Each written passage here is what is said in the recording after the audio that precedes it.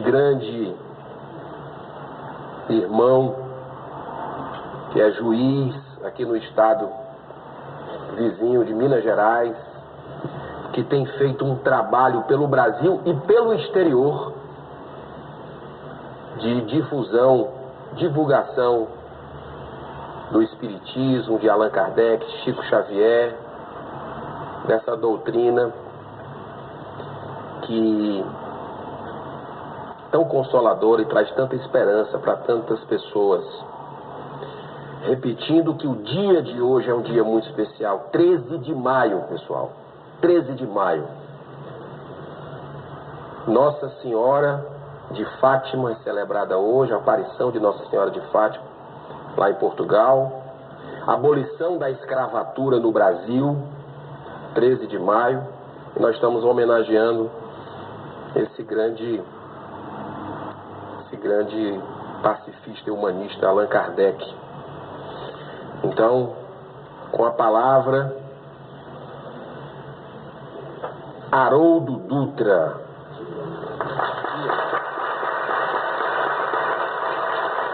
Haroldo Dutra Dias. Muita honra e alegria passar a palavra para Vossa Excelência.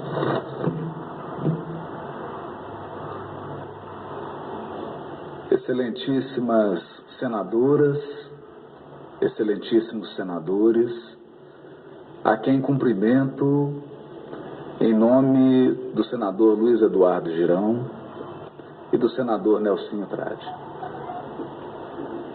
Essa é a casa do Senado. E essa casa deve ser honrada por todos nós, cidadãos brasileiros. Porque é daqui que são forjadas as leis que regem os nossos destinos. E o grande político, humanista, médico e espírita cearense, Dr. Adolfo Bezerra de Menezes, deixa agora, especialmente nesta legislatura, um filho no Senado. Eduardo Girão.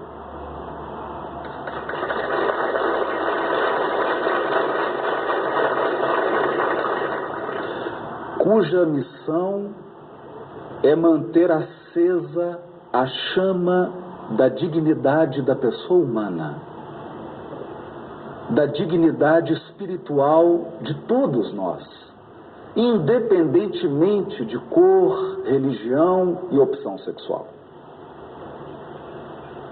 Essa chama precisa ser preservada pelos que amam o bem e por todos que desejam que o bem ronde em seus passos. O bem precisa de guardiões. Não nos esqueçamos disso. Portanto, eu agradeço, tomando a liberdade de dizer isso a uma autoridade, a um senador da República, que ele é um filho de Bezerra de Menezes. Quero agradecer também ao presidente da Federação Espírita Brasileira, que na sua modéstia não disse, mas que ocupou o mais alto cargo da aeronáutica neste país, um brigadeiro que representou o Brasil em Genebra, em nome de quem eu faço uma homenagem dupla às Forças Armadas deste país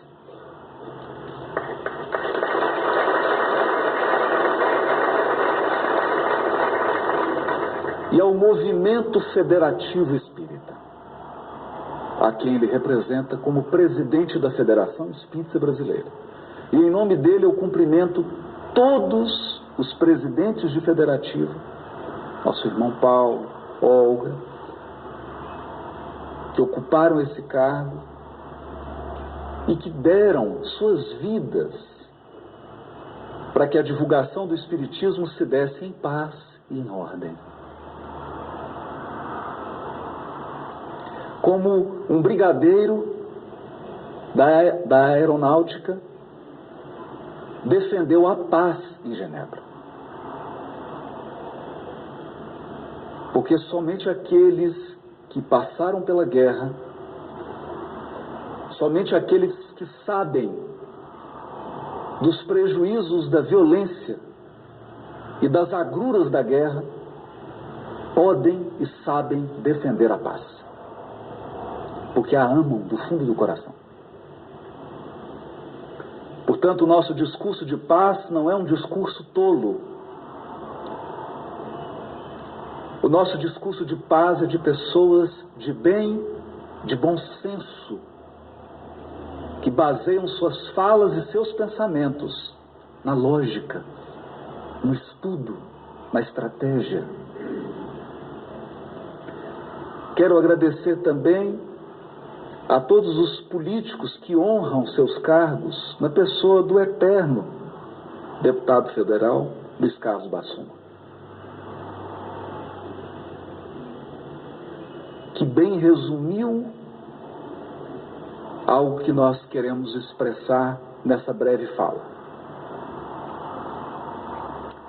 Resumiu que devemos ser um testemunho vivo daquilo que acreditamos. Certa feita, em um congresso de teologia, convidaram Mahatma Gandhi. E alguém que não possuía a habilidade da comunicação fez uma pergunta afrontando a crença, a vida e as convicções de Gandhi.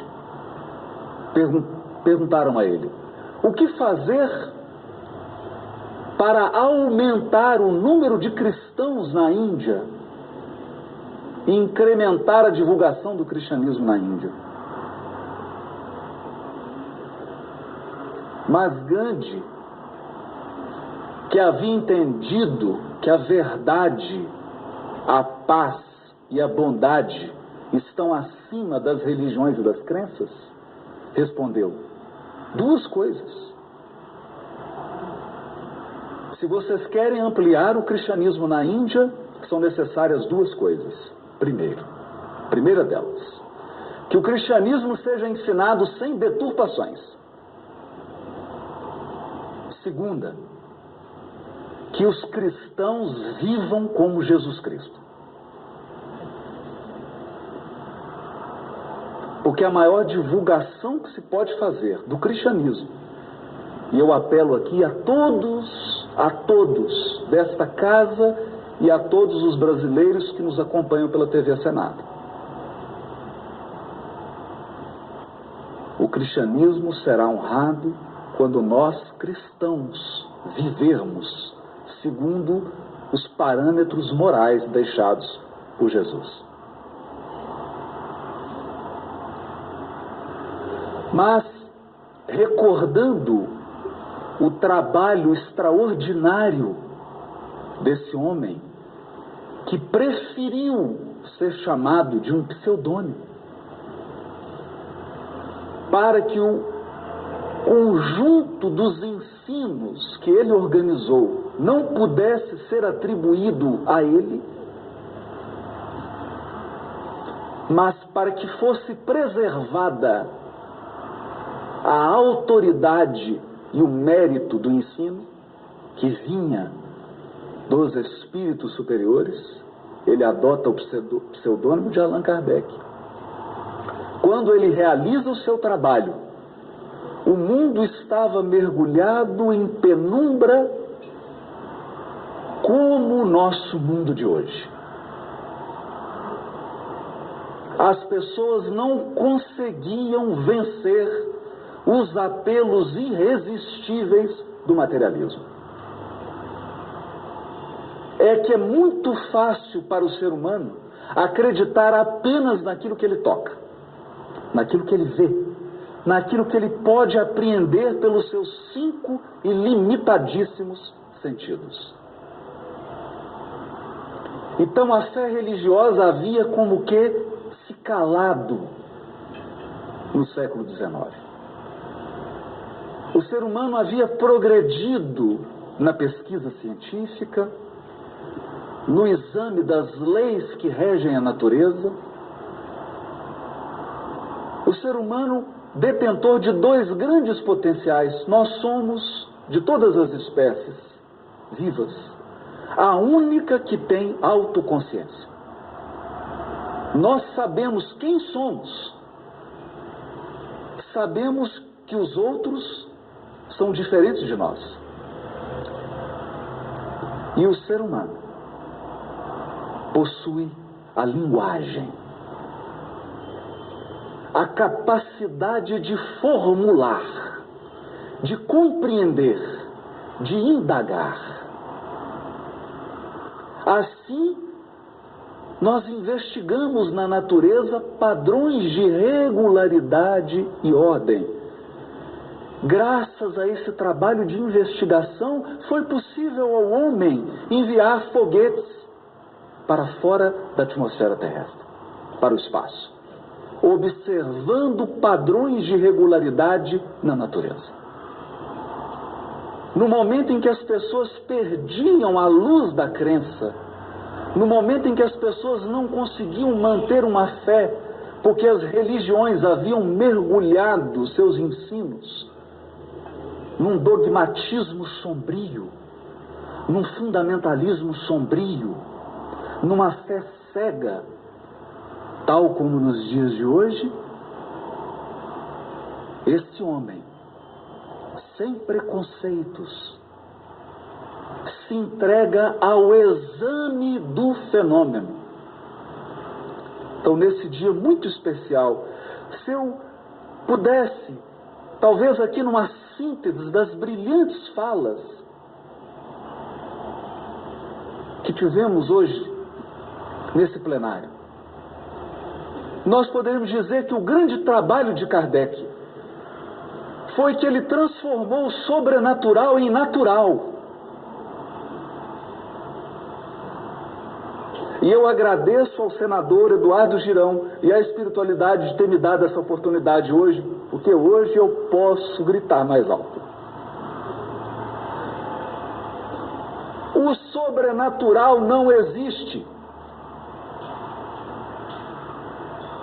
A vida espiritual é natural. A existência dos espíritos é um fenômeno natural. Isso é natural. É porque o ser humano havia mergulhado o seu raciocínio numa arrogância tão imensa que ele se julgava capaz de compreender todas as leis da natureza. Acontece que as leis da natureza estão sempre nos surpreendendo. Pergunte isso a um físico quântico. A natureza está sempre nos surpreendendo com a sua beleza, com o seu padrão de ordem, com a sua elegância, com a sua harmonia, com a sua beleza. E nós, a partir desse trabalho gigantesco de coletânea, de organização de Allan Kardec, nós não temos mais necessidade do sobrenatural. A existência após a morte é um fato natural. A possibilidade que os seres que já partiram se comuniquem conosco é algo natural. É algo da ordem da lei da gravidade, das afinidades químicas. O sábio, o cientista, estuda o elemento material.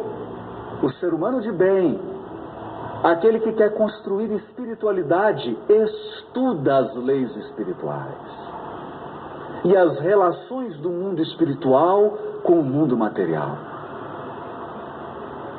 É importante dizer isso nesses dias, porque nós estamos prestes a tomar decisões equivocadas por considerarmos apenas a matéria. Por considerarmos que natural é apenas um conjunto de células biológicas. Por acreditarmos que a vida se resume a um conjunto de tecidos. E que a matéria inerte pode produzir inteligência. Não. Todas as civilizações, todos os povos se interessaram pelos aspectos espirituais da vida. Todos os grandes mestres de todas as religiões da humanidade falaram da espiritualidade. Não há nenhuma cultura materialista no planeta, nunca houve.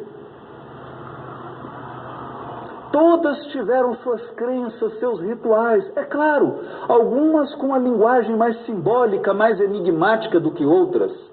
Mas todas sabiam, porque não há um ser humano que não tenha vivido algo espiritual no curso da sua existência. É uma mãe que acorda de sobressalto e liga para o filho, exatamente no momento em que ele precisa da ligação da mãe. Fatos considerados extraordinários e sobrenaturais acontecem no dia a dia de todos os senadores, de todos os deputados, de todos os ministros, de todas as autoridades e de todo cidadão, de toda pessoa comum desse país e do mundo inteiro. É que nós podemos negar esses fatos ou podemos estudá-los com a mesma dedicação, com o mesmo bom senso e com a mesma lógica com a qual nós estudamos o elemento material. Há sábios na física? Há sábios na biologia, na química, na medicina, no direito, na sociologia? Há. Pois há também sábios da espiritualidade. Pessoas de bom senso, com um raciocínio apurado, com uma inteligência invulgar, que se debruçaram sobre as questões espirituais e perceberam que aquilo que a crendice popular chama de sobrenatural é o natural. É o natural. E é sobre isso que nós precisamos nos conscientizar. Porque o mundo padece. Nós vivemos as maiores taxas de suicídio da história da humanidade. Nunca se consumiu tanto psicotrópico como antes. Todos nós possuímos na família alguém que não consegue dormir sem tomar um remédio. O adoecimento psíquico, seja através da síndrome do pânico, da depressão ou de outros fenômenos de menor impacto, tem vitimado milhões e milhões de pessoas. Nunca vivemos um progresso tecnológico tão grande. Nunca vivemos um progresso econômico tão grande. Hoje, com a tecnologia, se produz com um alqueire de terra 20 vezes mais do que era produzido há 100 anos atrás. E, no entanto, isso não apaziguou as nossas ânsias. Os nossos ancestrais não sofriam tanto quanto nós sofremos. Eles não tombavam de tristeza, de depressão. Por quê? Será que não chegou o momento de recuperarmos o sentido espiritual das nossas existências? E é com isso que eu quero concluir minha fala. Porque de todo o trabalho de Allan Kardec, depois de ter revelado que a existência dos espíritos é um fato natural, que a espiritualidade é um fato natural, que a vida após a morte é um fato natural, ele se perguntou: e para que isso tudo? Qual o propósito disso? E é então que ele chega no código moral do Evangelho, mas especificamente num projeto. Um projeto humano, um projeto comum, um projeto comum que deverá unir todas as religiões do planeta. O projeto, o ser humano de bem. O propósito do Espiritismo é formar o ser humano de bem. Um ser humano que sabe o sentido da sua existência. Sabe por que vive e qual o propósito da sua vida. Um ser humano que não se abala com as perdas, com os reveses da vida, porque ele sabe que a vida não tem fim, a vida não cessa. Portanto, ele se sente forte, porque ele percebe que toda dor é como uma tempestade que se forma, desaba e acaba. Porque no centro da vida está o sol do amor e da felicidade, que é Deus. Nesse projeto, nós temos um ser humano que se identifica como espírito, não como um corpo. Portanto, ele não tem preconceito de cor. Ele não tem preconceito de religião. Ele não tem preconceito de opção sexual. Porque vê em todas as criaturas, em todos os seres, não só nos humanos, vê em todos os seres obras de um autor, inteligência suprema e infinito amor. Portanto, nós podemos sim nos unir. Nós podemos sim, espíritas, de mãos dadas com católicos, como nosso querido senador Nelson Trade, de mãos dadas com evangélicos, com budistas, com membros das religiões de matriz afrodescendente, e tantos outros aqui que eu não sou capaz nem de nomear, porque seria injusto deixar alguém de fora. Todos sim podemos nos dar as mãos em torno desse propósito.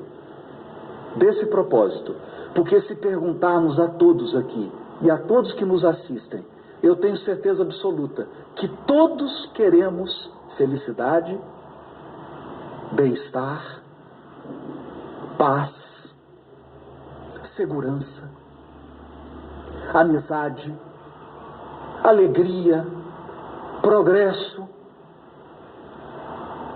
Então chegou a hora de darmos as mãos, não em função de dogmas ou de crenças, porque crenças são muito frágeis para manter os seres humanos unidos. Tanto é assim que quando surge uma adversidade como a perda de um filho, de uma filha, a perda de um ente querido, muitas pessoas abandonam suas crenças. A única força capaz de nos sustentar é a força do bem. A força do bem comum.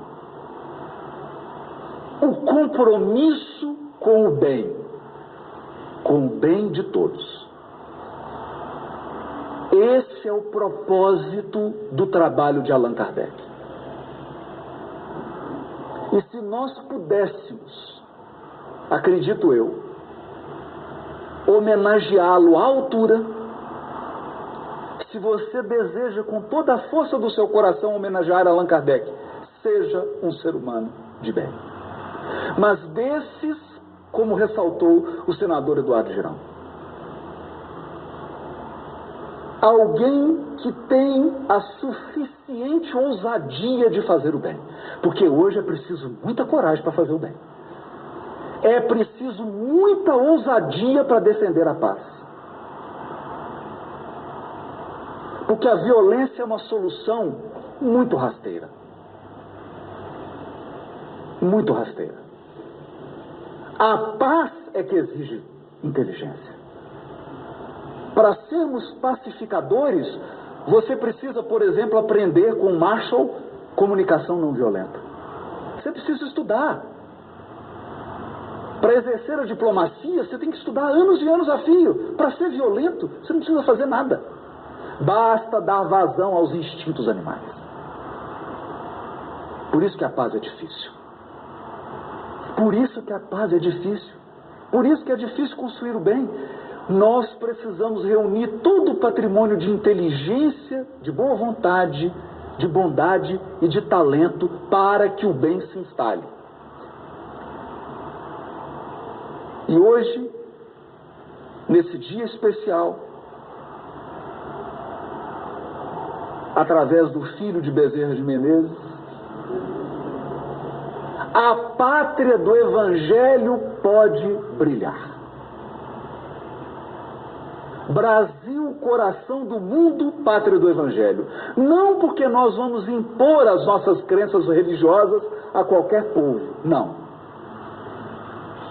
Não porque nós vamos obrigar quem quer que seja a se tornar um cristão.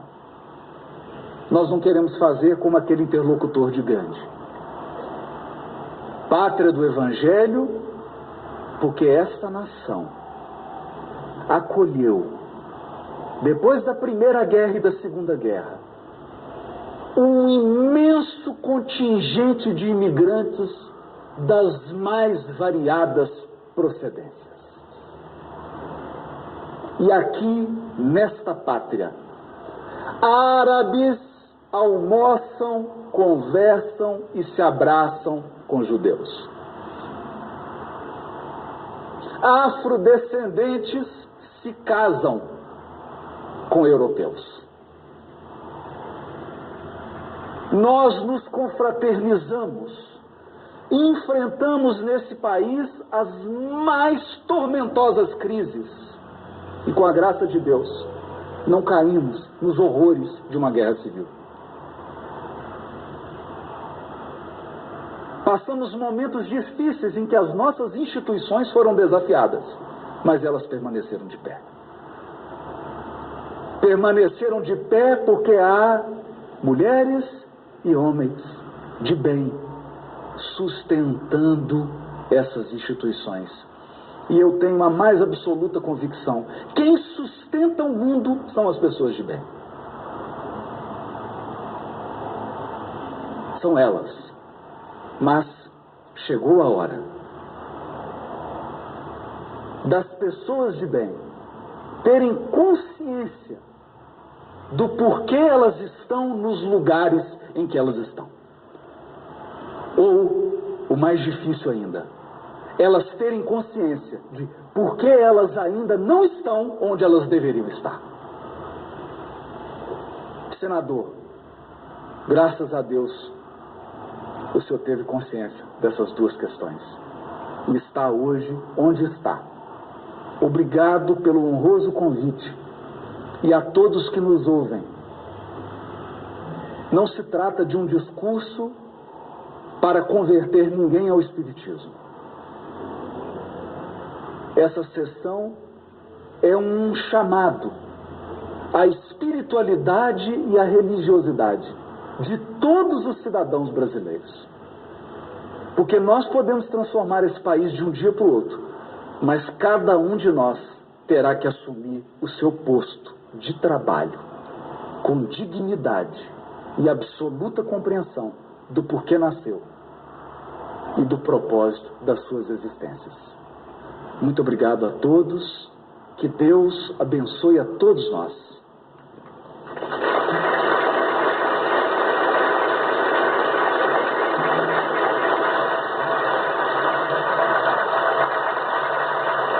Muitíssimo obrigado, Haroldo Dutra Dias, por essa palestra que encerra essa nossa sessão solene em homenagem a esse grande humanista e pacifista Allan Kardec. Às 13 horas e 33 minutos, eu gosto muito desse número 33. Hein, Bassuma? Mas antes de encerrar, nós temos mais um tempinho aqui. Daqui a pouco vai ter sessão não